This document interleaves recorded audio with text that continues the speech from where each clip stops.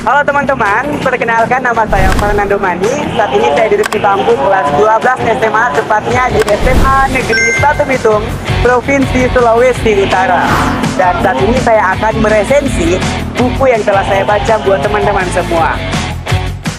Halo teman-teman, saat ini saya mau meresensi salah satu buku yang ditulis oleh seorang penulis bernama Mokhtar Lubis, yang dimana beliau adalah penulis dan juga jurnalis terkemuka pada saat itu, yang dimana beliau dikenal dengan karya-karyanya yang berani dalam mengkritik situasi sosial dan juga politik pada masa itu. Nah, buku itu adalah buku yang ada di belakang saya saat ini, yaitu buku Harimau-Harimau. Nah, buku ini itu pertama kali ditulis oleh Mokhtar pada tahun 1975. Dan juga buku yang saya pegang saat ini itu diterbitkan pada tahun 2003. Buku ini diterbitkan oleh Yayasan Obor Indonesia di Jakarta pada tahun 2003. Ini adalah edisinya yang ke-6. Nah, beliau juga merupakan salah satu pendiri dari majalah Sastra Horizon. Selain novel Harimau-Harimau, beliau juga menuliskan novel-novel yang lain. Contohnya seperti Tak Ada Hari Esok pada tahun 1950, dan juga ada novel Senja di Jakarta pada tahun 1963. Nah, novel Senja di Jakarta ini menceritakan tentang ketimpangan sosial pada waktu itu. Nah, teman-teman, selanjutnya sebagai bukti pengakuan global terhadap dedikasinya dalam jurnalisme dan juga sastra, beliau mendapatkan penghargaan Ramon Magsaysay.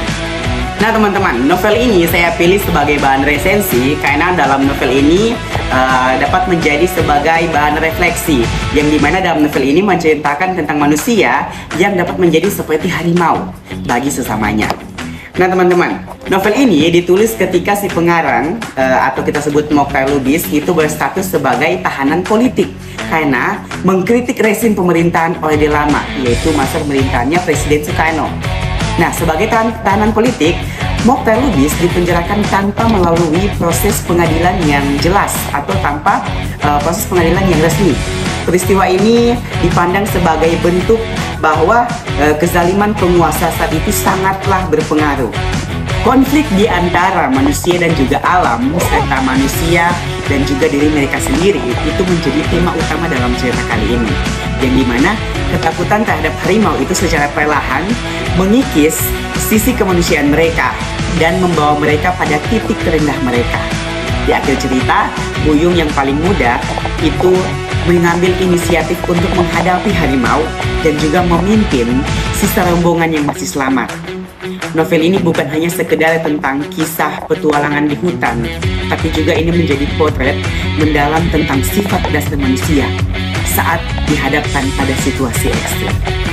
Nah teman-teman, buku atau novel Harimau-Harimau ini itu memiliki unsur intrinsik yang bisa dikatakan kuat dan juga terjalin dengan rapi. Tema dalam cerita ini atau dalam novel ini yaitu tentang konflik antara manusia dengan alam dan juga diri mereka sendiri.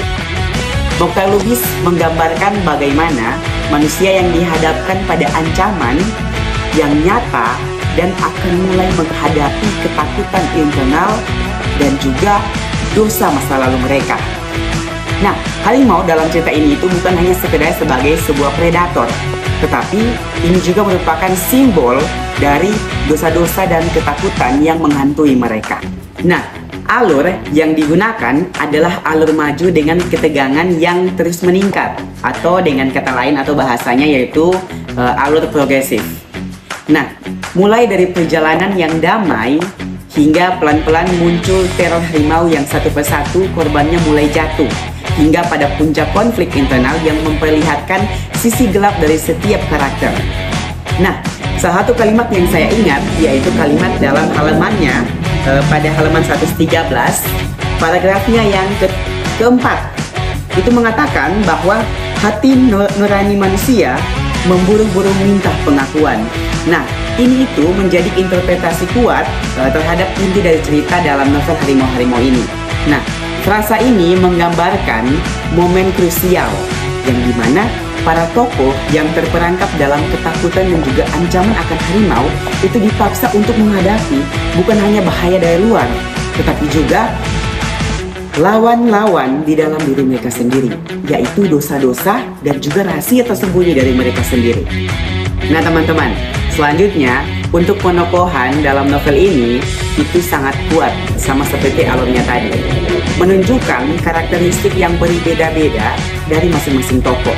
Pak Balam yang merupakan pemimpin yang awalnya disegani, namun akhirnya kepemimpinannya itu dipertanyakan saat ia gagal mengatasi teror dari harimau.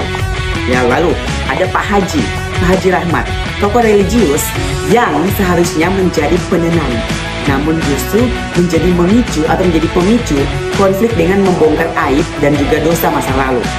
Nah, yang ketiga, tokoh Buyung, yaitu bisa dikatakan sebagai tokoh protagonis yang berani dan juga jujur. Nah, dia itu dikatakan sebagai simbol harapan, keberanian, meskipun dia mempunyai dosa. Dan ia adalah salah satu-satunya yang berani menghadapi kenyataan. Nah teman-teman, novel Harimau-Harimau ini adalah karya sastra yang bisa dikatakan kuat secara naratif dan juga simbolik. Keunggulan dari novel ini itu terletak pada kedalaman psikologis tokoh-tokohnya dan juga penggunaan alegori yang cerdas. Mokhtar Lubis itu berhasil untuk menggambarkan bagaimana situasi ekstrim yang dapat mengungkap sifat asli manusia, entah yang baik maupun yang jahat. Namun, ada beberapa bagian yang saya rasa itu cukup lambat dan juga repetitif, yang dimana dalam hal ini lebih ke penggambaran ketakutan tokoh yang terus diulang-ulang. Meski demikian, hal ini justru yang memperkuat nuansa mencekam yang ingin ditampilkan. Bahasa yang digunakan juga cukup mudah untuk dipahami, meski ada beberapa kiasan yang mungkin membutuhkan perenungan lebih untuk dicerna oleh orang-orang. Secara keseluruhan, novel Harimau-Harimau itu adalah novel yang wajib dibaca. Kalau kata saya itu wajib dibaca ya, karena buku ini itu sangat cocok untuk dibaca oleh teman-teman yang ingin melihat novel fiksi tentang bagaimana manusia menghadapi ketakutan mereka dan juga bagaimana manusia menunjukkan sifat asli mereka ketika mereka sedang terdesak. Nah, novel ini itu sangat cocok untuk dibaca oleh para pembaca dewasa yang menghargai cerita yang kaya akan makna dan juga analisis psikologis. Nah, oleh karena itu saat ini saya ingin merekomendasikan buku ini karena dalam novel ini itu mengingatkan tentang pentingnya melawan harimau kezaliman, baik yang ada di dalam maupun di luar diri kita. Oleh karena itu cukup sekian mungkin referensi dari buku yang telah saya baca, yaitu buku karya dari Mokhtar Lubis pada hari ini. Terima kasih.